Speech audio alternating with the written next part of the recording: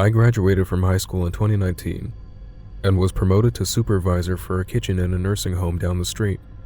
Since I oversaw dinner, I didn't start work until about 3:30 p.m. and would get home around 10 p.m. So for the first half of the day, I would be completely home alone. I enjoyed that time. Solitude was always nice, especially when you're as introverted as I am.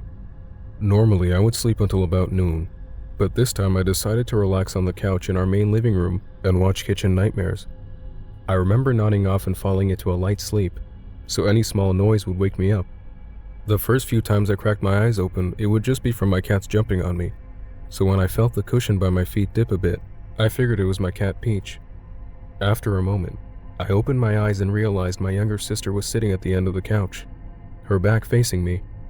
I was half asleep, so I really didn't think much of it. I figured she just stayed home from school sick, so I just asked her if she could move her head a bit so I could see the TV. But she ignored me. Still facing the TV screen, annoyed, I asked her why she was home. Once again, she remained silent. Coming to the conclusion that she was just being rude, I closed my eyes and fell back asleep. After about another hour, I got up and started to get ready for work, and noticed my sister wasn't in the room or in the house. Concerned, I called her. After trying to call her a few times and getting nothing, I called my mom. She picked up, and I asked her if my sister told her where she was going. My mother, confused, asked me what I was talking about. She dropped her off at school before going to work. My sister had been at school this whole time.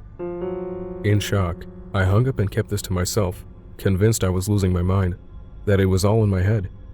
But I remember that moment so vividly.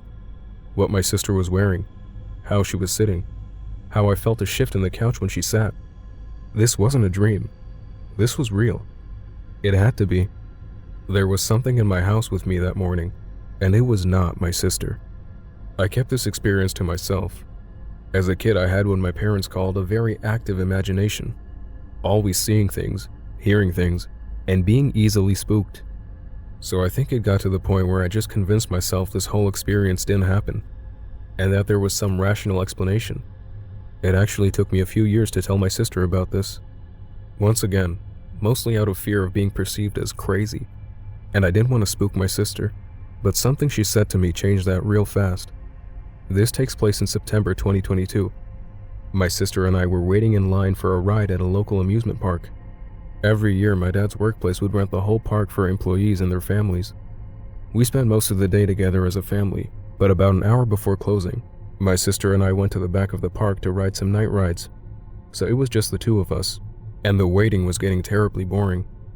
We aren't very close and don't have much in common, so we struggled to have a conversation, and for the most part stood in silence. But out of the blue, she spoke up. "Kat, you want to hear something freaky?" As a lover of all things spooky, that caught my attention, so I immediately replied with an eager yes, and a part of me wishes I said no. My sister is a night owl, and over the summer she would stay up until 6 a.m.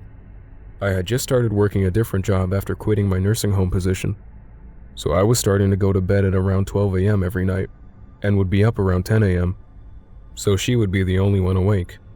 One night, she noticed light coming from the crack of her bedroom door, and she heard both my voice and our mom's voice talking, only it was hard to understand, as if we were either speaking too quickly or just complete gibberish.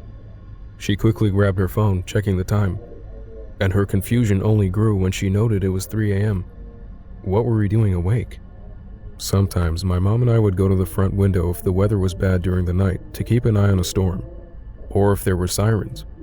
We both have a habit of being very nosy, so she figured that's what was going on.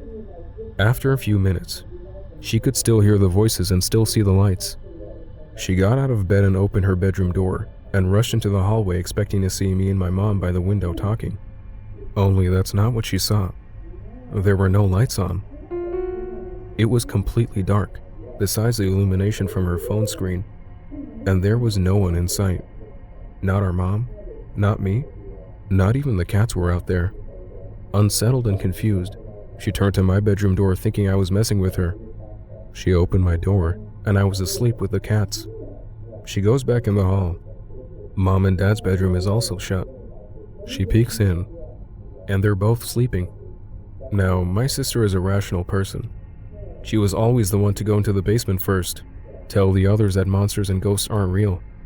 So she completely pushed this event out of her mind, because in her eyes, it wasn't a big deal. Maybe she was just overtired, or our grandfather's TV downstairs was a bit loud, and that's what she heard. But like my own experience, this kind of sat at the back of her head, and the house grew to be a little less comfortable. She mentioned how after that she felt like there was always someone watching, as if they were tucked in a corner just observing her. She wasn't scared out of her mind, just a bit confused. When she told me that, a pit in my stomach opened up, and I had chills. I laughed at first, because we were in public and I didn't want to freak out. So we went on the ride, and for the remaining time the park was open, we pushed that conversation on the back burner. On our way to meet up with our parents, we started talking about it again, and I finally told her about what happened to me, how I saw her at home that day, spoke to her, and could remember what she wore. That was the first time I saw her get scared. I wasn't home, she kept saying. What do you think it was then? We still don't know. We don't know if we want to know. The only thing we are sure of is, there's something in our house. I'm 22 years old, working in the medical field. I'm a floater medical technician at the moment, which means I get a schedule every week going to different assisted living facilities all around my state. Sometimes, I'm only half an hour from home, but I've driven 3 hours before, and most times, they drag on long into the night. Being that I'm not really picky, and I know how to handle myself, and money is money, I usually don't mind the drive. My parents would drive 4 hours to a location for a day trip, and that same day we would drive back. Nothing too crazy, though it can get a little tiring after working 6 days in a row. I live in the foothills, lots of back roads, lots of trees. I know, typical of scary stories, in the middle of nowhere with spooky trees. But once again, I don't think much of it. I've lived around forests all my life. I see them as peaceful rather than scary. I finish up this particular clinic at around 6 p.m. And as you know, if you live up north in the winter, it's dark by then. But once again, I'm thinking nothing of it. I'm tired and hungry, and ready to go to bed.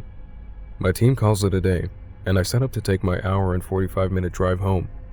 The first half an hour I'm in town, then on a highway.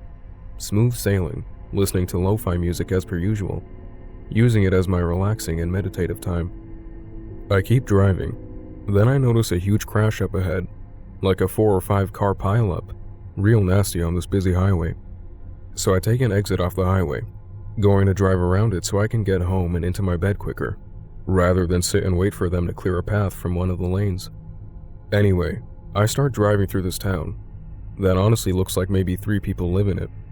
All the buildings are run down. The road is so messed up. It's awful. My car's poor tires and hydraulic system were begging for me to stop, so I had to slow down a lot as to not stress my car. It's dark and really old, but again, places like this exist. A town on its last breath. I've seen them more than a few times from living up and down the East Coast in bad neighborhoods. I'm not going to judge, but I will note this place is just really, really empty. No cars, no lights, boarded up houses, just empty. I'm driving between 15 and 20 miles an hour, my high beams on so I can see. It's a clear night, so I have that going for me. As I'm driving past this big fire department overrun with bare trees, a loud thunk comes from the roof of my car. I quickly pull over into the parking lot of the abandoned fire department. Wonderful, I'm thinking. Get sideswiped by a random dude at a rest stop and dent the top of my poor car in 1 week. I open the door in a panic, expecting to see some tree branch denting my roof, but nope, nothing. I knew something hit my roof, so I go to check behind my car. Maybe it rolled off, maybe it was a bird or a bat that fell and flew away. There are a lot of trees around here. I walk all around my car, looking into the messed up road. Nothing. I chalk it up to be the winged animal idea, and climb back into my car a little rattled. It's silent as I get resituated. That's when I heard this ear-piercing shriek. It sounded like someone screaming so loud their vocal cords could break. I lock my door and start getting back on the road. Calm down, I'm thinking. Bobcats are everywhere. You've heard what they sound like before. It's just a bobcat. It's just a bobcat. My hands are shaking, and I'm trying to drive out of there as fast as I can. Just a bobcat, some kids playing a prank, some homeless crackhead. My car was rattling back and forth as I got up to a comfortable 35 miles an hour, as that was the max my car could handle on that road. I drive another mile through this town, and I'm a few miles from the exit to the highway again. I'm mentally kicking myself for being so scared. Like a little kid, I'm freaking out over some animals. I'm a mile away now, thanks to the helpful yet very beat up and weathered signs. I'm calming down. Maybe it'd be a good idea to play my lo-fi again, as I paused that 24/7 livestream one from YouTube when I got out of my car. Just as I reach for my phone in the passenger seat, something rushes past my headlights. I scream and brake hard. It was yards away from me, in the very distant part of my headlights. I'm crying at this point, shaking so hard I can barely grip the wheel, eyes blurry with tears. I don't care about the music anymore. And even though I'm still reminding myself animals inhabit tree-dense abandoned towns all the time, this situation was still enough for me to get me crying. I keep driving, trying to focus on getting to the highway, but that's when I see it. If it's a human, then it's not like any human I've ever seen. On the side of the road, seeming to stand so politely on the sidewalk, as if waiting for me to pass so we could cross the street, was this tall thing. It had sunken facial features and looked naked. Loose skin, a lot of it, sagging down its legs and arms, piling at the wrists, ankles, and knees, around its neck and hanging from its jaw. I saw it for half a second before I slammed my foot down on the gas. I didn't care about my car anymore. I'm screaming now, my onslaught of emotions being too much. Goosebumps covered me from head to toe, tears rolling down my face, hands gripping my steering wheel so tight there's nail marks in it. I swerve onto the highway and recklessly into the other lane. I drive at 80 for a little bit, before eventually slowing down and pulling over to the side of the road to sob and call my dad. He picks up instantly, and when he hears my crying, he's all concerned, trying to get my story. I explain everything. I called it a man in some scary monster costume, and my dad instructed me to call the police, which I didn't really want to do. I was already a nervous wreck. Having to explain it or even go back with someone, no way. But my dad insisted, so I called the cops. I tell them I saw a man in the town back there off the exit, in a costume. He scared me really bad, and after a few more questions, the cops said they'd check it out, and sent me on my way. No, I can't be sure it wasn't a costume. I can't be sure it wasn't some weird outfit, and bad lighting at night. I'm not saying all of these events were connected in some way, but what I am saying is, it all happened so quick, it's hard to dismiss it as nothing.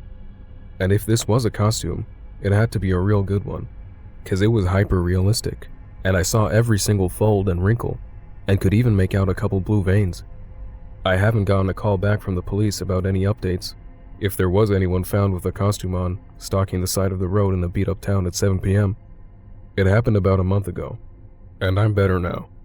As long as I'm in my car, I'm safe. But I no longer feel safe being outside of my car at night.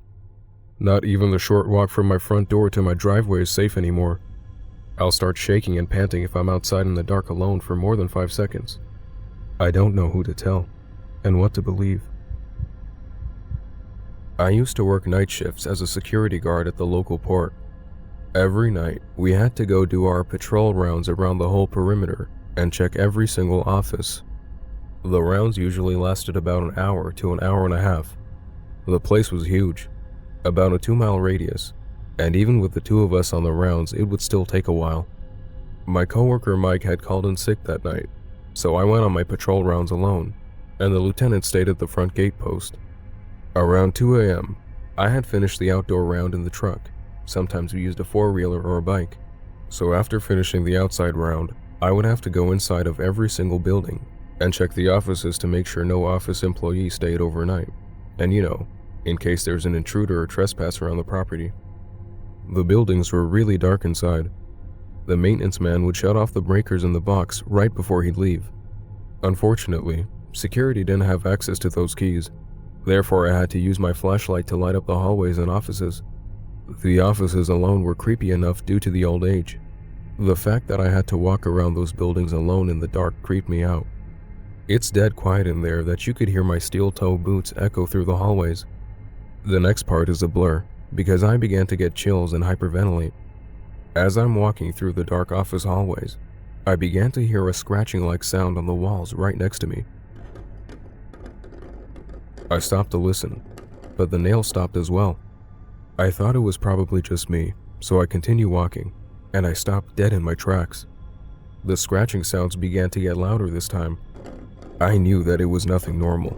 This place was rumored to be haunted, and this isn't the first time something this freaky happened to me there. And I had just come out of those offices. I didn't see anyone. At this point, my heart is racing, and I'm right in the middle of the building, with the nearest exit being on the other end of the hallway. Next, I hear pounding on the wall, and I begin to sprint out of there. The pounding followed me to the end of the hallway. This put me on edge for the rest of the night. When I entered another hallway, it stopped. It sounded huge, and I tried calling the lieutenant to report it, but the phone signal in the offices was complete trash. I didn't even bother to finish the round, because I was almost going to pass out. I went back to the front gate and wrote a report on it. I didn't even write a report on my other experiences, but I was getting fed up with it, so for the first time in my life, I wrote a report on the paranormal. I don't believe it was something logical, because those punches were unbelievably loud. Whatever was banging on the wall was not human. I mean, I'm a big guy at 230 pounds, and I couldn't even stomp that loud if I tried.